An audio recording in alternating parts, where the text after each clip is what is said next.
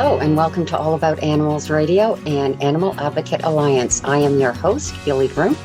I am beyond honored to bring you our special guest, Tom, founder of Breaking the Chains International and Specialist Tactical Animal Relief, or STAR, which accurately describes Tom's mission and the enormous accomplishments of his team in less than a year, that of providing aid to animals and people caught in the war in Ukraine and getting animals to safety.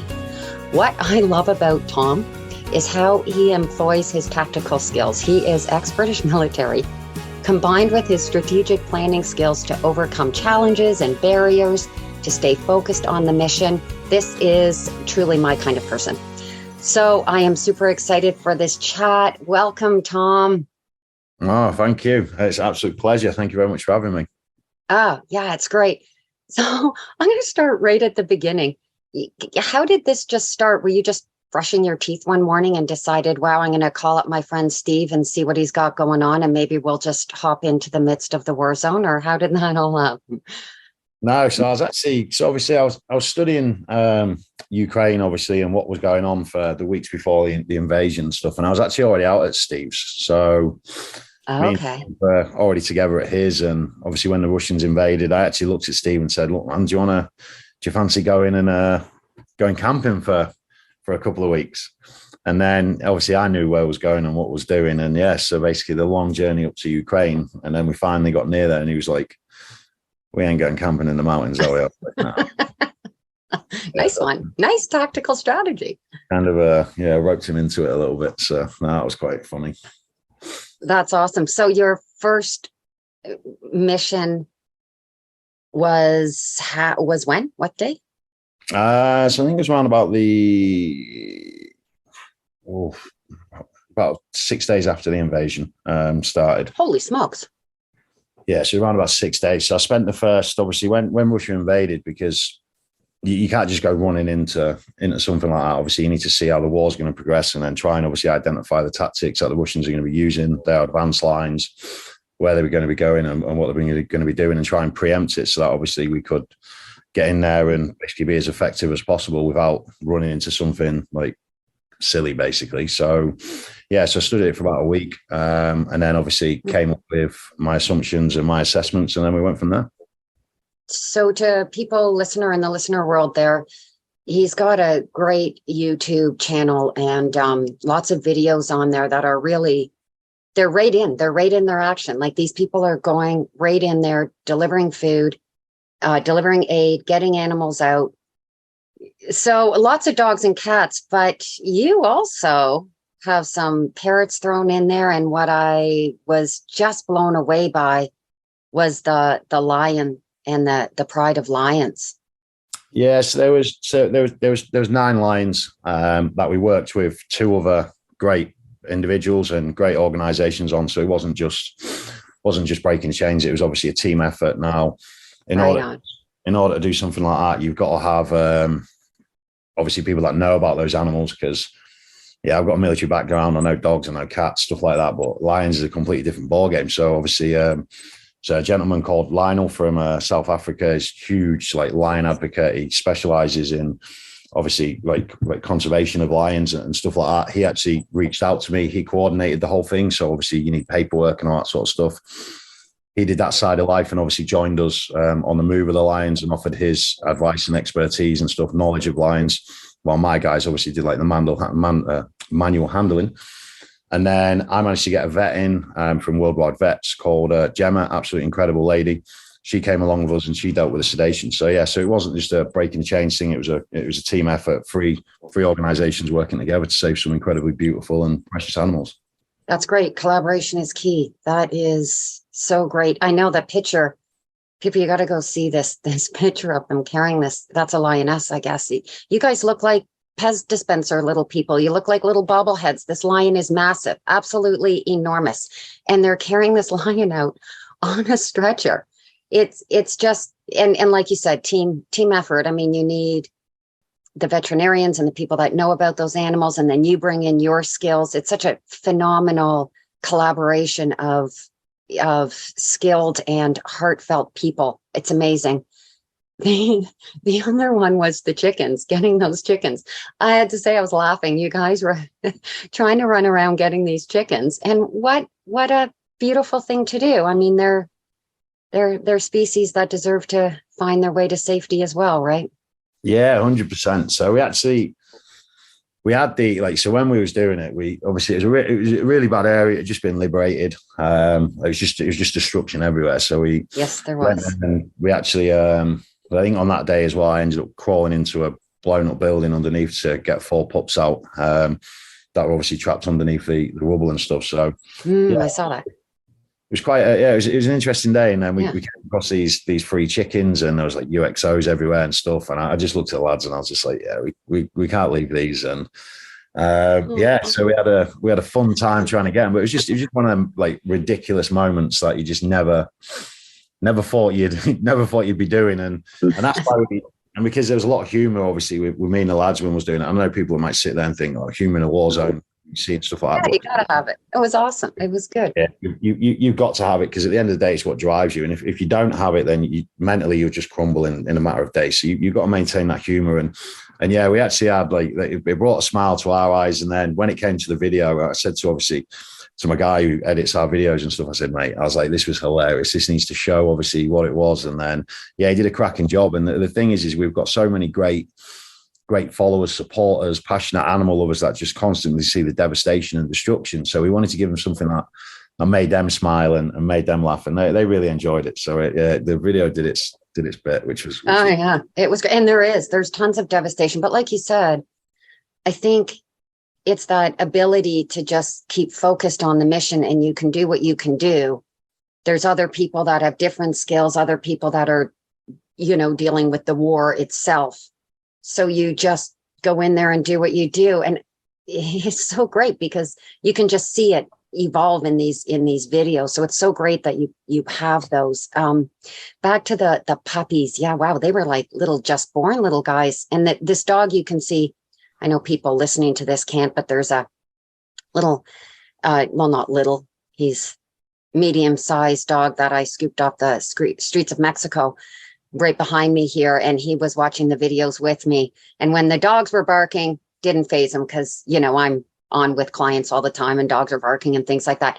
But when those puppies whined, oh, he was just sat right up and started to whine. They were they were really, really newborn. And the great thing is that you really knew to get them with the mom. You got the mom, you rescued the mom, put them all together. And it really is just about what those animals need right then. It's really, so people, you got to go see these videos.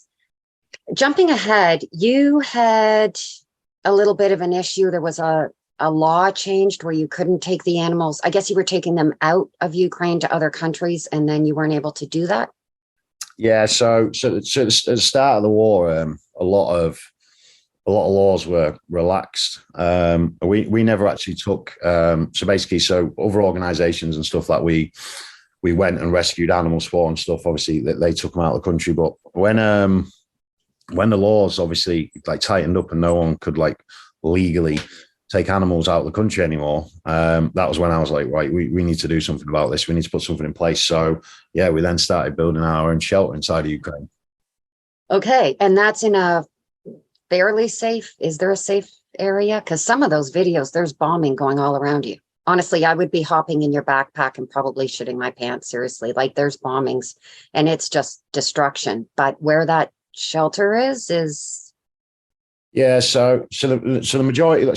So around about, I think about 25% of Ukraine's land mass is classed as the conflict area at the moment.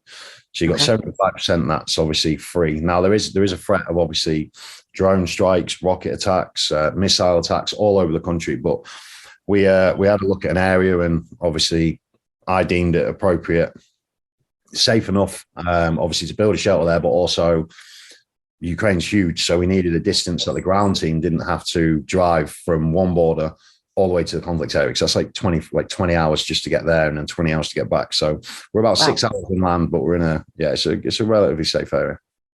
Yeah, there's a lot of stuff you got to think about. Again, in the video, you were talking about how you have to fill up with gas, containers of gas, because it's Yeah, you're right. I mean, you can't just go in there, oh, where's a gas station? Everything is destroyed. Yeah. So there's just a lot of planning and a lot of time and making sure that you have everything that you need when you go in. That shelter is how far completed? So it's like 95% completed now. Wow. The kennel blocks are built.